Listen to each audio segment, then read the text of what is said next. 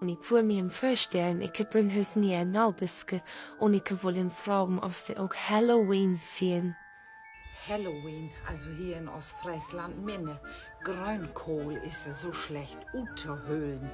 Aber ich kann aber sein, sie haben mehr nach Kürbis uthöhlt, wa? Ja, also da habe ich ein paar da auch beiseiten. Uns macht das Spaß, wie vielen geben so amerikanische Festen. Kommst man nicht mit, wir haben ein Haus auch geschmückt, ich wisse das.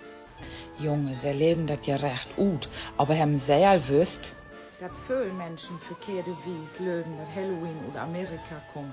Und in Wirklichkeit hat er seinen Ursprung in Irland. Das ist nämlich der Samhainfest von den Kelten.